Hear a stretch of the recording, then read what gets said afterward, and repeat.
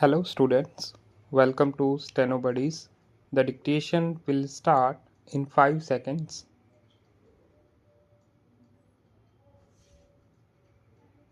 Sir, now I would like to say something about tea.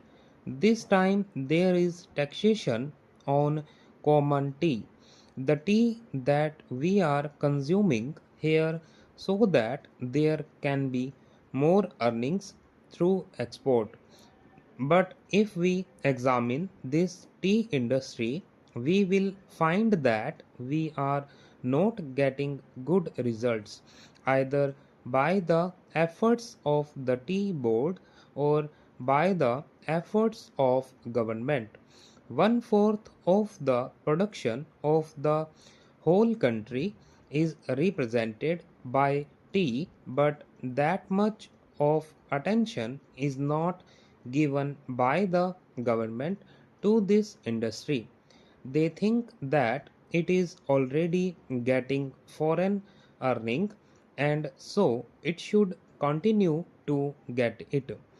But efforts should be made not only to develop this industry but also to improve the industry through research and other things. As you know, in some parts of the foreign companies which are working here are neglecting this industry. They are only after the profits. They are not thinking of the development of the industry. There is room for development in many respects, but it all depends upon research work, and research stations should be set up wherever there is neglect.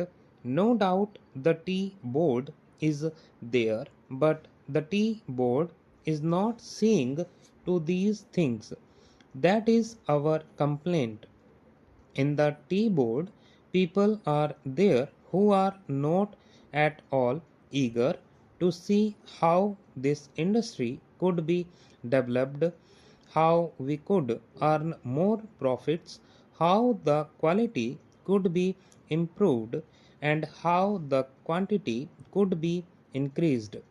We are not seeing to that. I come from a part where the tea industry plays an important part in the economy of that area, but I find that it is being neglected from year to year and no attention is given to it.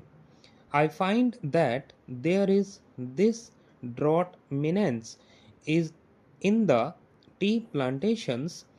As a result, no further improvement in plantation is made. There, the development of tea can be undertaken. I only suggest this to our finance minister. When you are giving relief to coffee, why are you not giving relief to tea, which is earning much more foreign exchange? I humbly urge our finance minister to see to it and remove this burden on common tea. Now I would like to say a word about betel nut. There is taxation on betel nut which is imported. In my part, large quantities of betel nuts are being smuggled. So there was a representation from that area saying that betel nut should also come within the purview of customs duty and that part should be declared a port.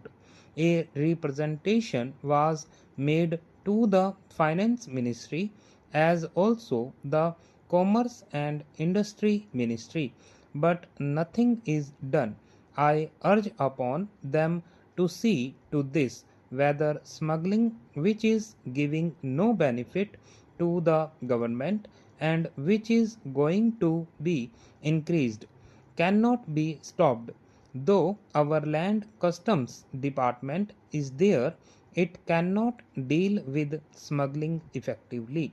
Smuggling is going on, so if you want to stop it, some definite steps should be taken, and the representation which was made from that part should be given due consideration. Now, some other friend also touched upon rural economy and cottage and village industries. One thing we must do, that is, we must remove the disparity between the town and the village. If we are to remove it, what should be done? We should develop small industries, village industries, and cottage industries. How can they be developed? For that, power should be there. Now, my honorable friend was saying that out of 6 lakhs of villages, only 19,000 villages have been electrified. This is meager. If village electrification is not given due consideration, we cannot make progress. When our draft 5-year plan was discussed among members of parliament, I asked for information about how much of village electrification was contemplated in the third 5-year plan. The answer was very unsatisfactory.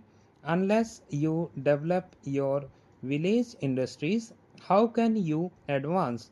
They are also contemplating to employ the surplus labor and also agricultural peasants who are not wholly employed to develop village industries and to make a plan.